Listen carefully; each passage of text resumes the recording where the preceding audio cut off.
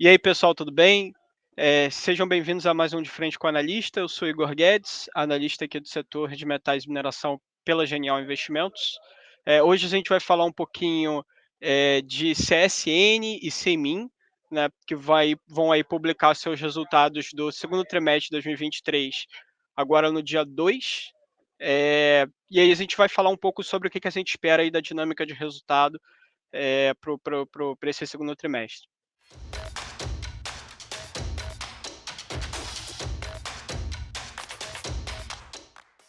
Bem, gente, a gente escolheu um título, tentamos fazer uma brincadeira aqui com o título do relatório, que é A Ausência de um Messias, né. E o que a gente quis dizer com esse nome, né. Até então, né, pelo menos até ali desde o final do ano passado, ali com a a situação já macro complicada aqui com o aumento de juros, no Brasil e no restante do mundo, né, então macro desacelerando o mundo afora, o setor de siderurgia era um setor que estava começando a ter mais problemas para conseguir volume, né, e aí muitas siderúrgicas estavam baixando o preço realizado, né. Então, a gente fez muito essa alusão aí em alguns relatórios, não só de CSN, como também, de outras empresas sobre cobertura, sobre essa questão de dualidade entre preço e volume, né.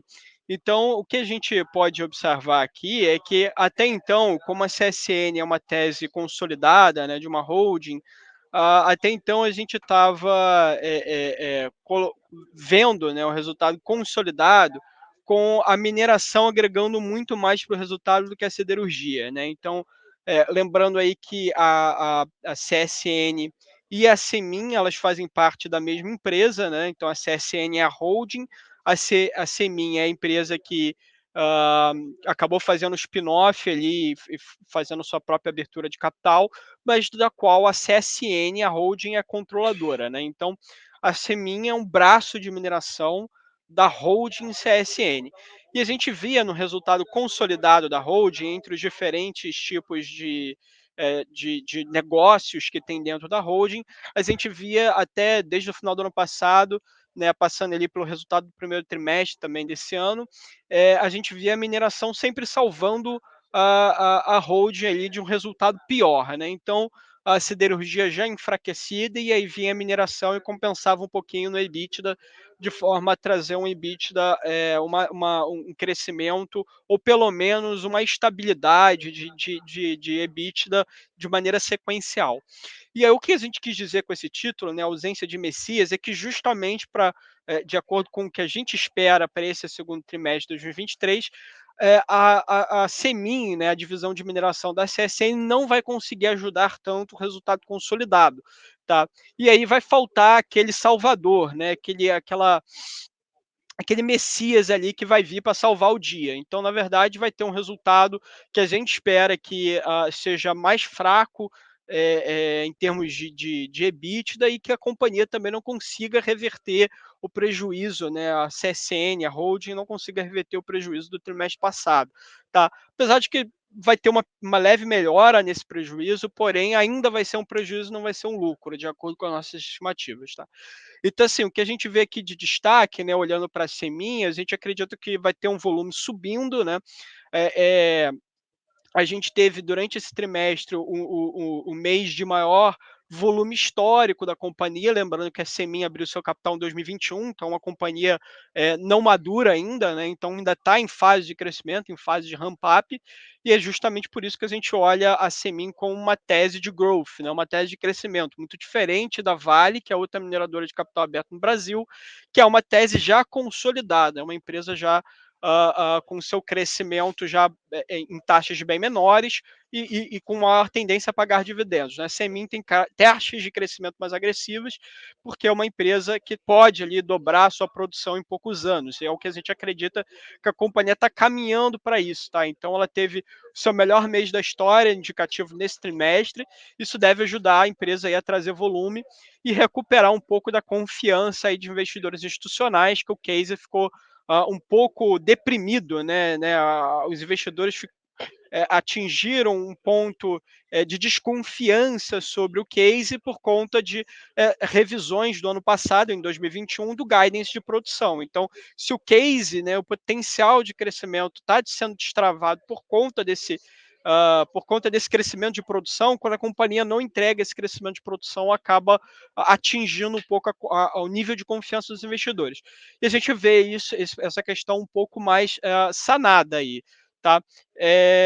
Em geral, a gente olha aqui também que a curva de referência dos preços de minério ela caiu, né, de um trimestre para o outro, né? Então, se a gente for olhar ali no primeiro trimestre, a gente tinha aquele preço realizado mais alto por conta da expectativa do consenso, de uma maneira geral, de que a China, ali, a volta da China pós-Covid zero, ia ser algo estrondoso, então o preço do minério ele andou na frente do próprio dado macro, né? Então, pela essa expectativa futura, e aí quando o consenso se frustrou com os dados macros da China que estavam sendo liberados, isso fez com que a curva de minério arrefecesse, né? Então a gente tem uma queda na curva de referência de 62% de ferro, tri contra tri, e isso obviamente vai afetar o preço realizado das mineradoras, né? Seja ela Vale ou Semin, olhando aqui para a Semin, afeta ainda mais o preço da Semin, porque a Semin não tem tanta qualidade quanto a Vale tem.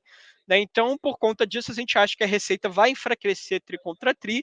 Além disso, a gente vai ter um efeito aí de custo, né, por tonelada, o COGS por tonelada, sofrendo o efeito de estoque em trânsito, né? Porque com menor poder de diluição, né? Geralmente o primeiro semestre para mineração é um primeiro semestre mais fraco do que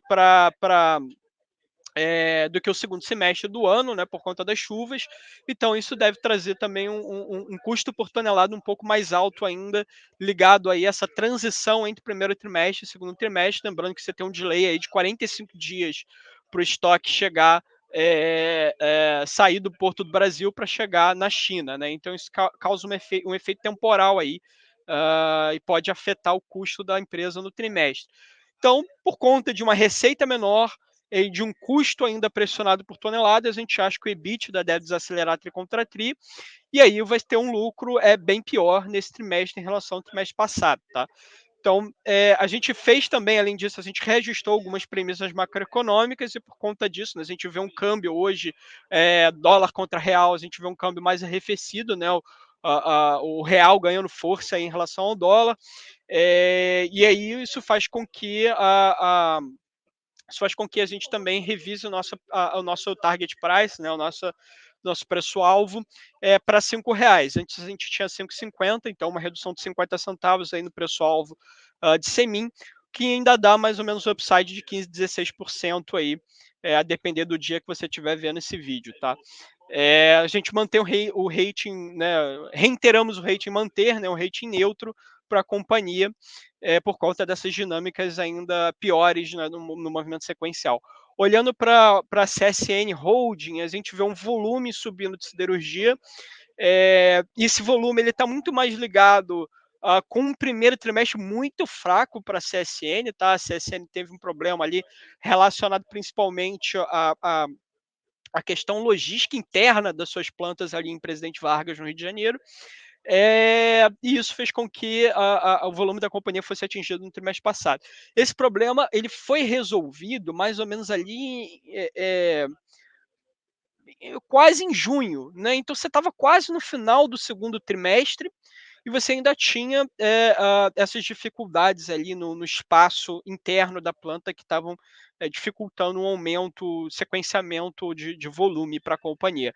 Então, por mais que a gente tenha ali só apenas alguns dias, né, no final do trimestre já com problema equacionado, né, boa parte do trimestre ainda carrega esse efeito do trimestre passado. Então, há sim um aumento de volume, porém esse aumento de volume é muito marginal e muito aquém do que se esperaria para a companhia para um segundo trimestre. Lembrando que a gente tem ao longo do ano, né, o primeiro trimestre é sempre o pior do ano ali, né? Então você tem o segundo trimestre ganhando força em relação ao primeiro, o terceiro trimestre costuma ser o trimestre mais favorável para o negócio de siderurgia, e o quarto volta a cair. e aí o ano recomeça. Então, assim, a gente deveria ver um volume substancialmente um pouco, substancialmente maior, mas o que a gente vai ver é um volume levemente maior, e isso acaba sendo prejudicado, porque o preço ele vai andar basicamente de lado, tá? O preço realizado do aço, a gente vê um cenário muito difícil para o aço no Brasil. É, e a parte de cimentos da holding, né, ainda com uma estratégia comercial muito agressiva, lembrando que hoje a CSN, né, com a compra da Lafarge-Holcim, ela é o segundo maior player de market share de cimentos no Brasil, atrás apenas da Votorantim, e ela, para conquistar esse primeiro lugar aí no ranking, ela tá com uma estratégia comercial muito agressiva em termos de preço para conquistar share e passar a disputar esse share de uma maneira mais forte com a Votorantim, que é um player muito forte, né, um player muito, muito bom no mercado de cimentos. Então, ela, por conta dessa estratégia comercial agressiva em termos de preço, a receita também não vai ajudar. Então, a gente tem uma receita de siderurgia andando basicamente de lado, uma receita de cimentos também não vindo muito forte, uma receita de mineração, como eu falei, sequencialmente caindo. Então, de maneira geral, a gente vai ver a receita da holding enfraquecendo brandamente tri contra tri, tá? Então, a perspectiva para o COGS, né, o custo por tonelada de siderurgia, ainda é negativo no curto prazo. Né, cimentos também continuam sofrendo com custos sem as sinergias estarem capturadas da maneira como a gente esperava. Então a gente projeta aí um EBITDA em queda forte, de maneira sequencial, né, tri contra tri, e o prejuízo, como eu falei no início do vídeo, o prejuízo deve se manter, o prejuízo do trimestre passado, a empresa não deve conseguir refletir seus resultados operacionais em lucro nesse segundo trimestre. Tá, então a situação permanece bastante desafiadora para a holding, mas a gente vê alguns pontos ainda que nos impedem de rebaixar a companhia, pelo menos nesse momento, para um rating de venda. Né? Então a gente ainda tem um rating neutro, um rating de manter para a companhia, com target price de R$ 15, tá? Fornece aí mais ou menos um upside de 10, 11%. E esses pontos eles estão ligados a mais o que a gente enxerga de China daqui para frente, uma melhora gradual aí de preço que pode acontecer do spread metálico, e também em relação ao distanciamento do produto importado com o produto doméstico. Obviamente, essas dinâmicas com um pouco mais de detalhes a gente abre no nosso relatório para vocês, então confiram lá para saberem exatamente quais são esses pontos, o que a gente espera para a companhia um pouco mais para frente, né? Então é isso, pessoal. Espero que vocês tenham gostado do vídeo. Para mais detalhes, acesse o relatório lá na plataforma da GNL Analisa. Um abraço e até a próxima.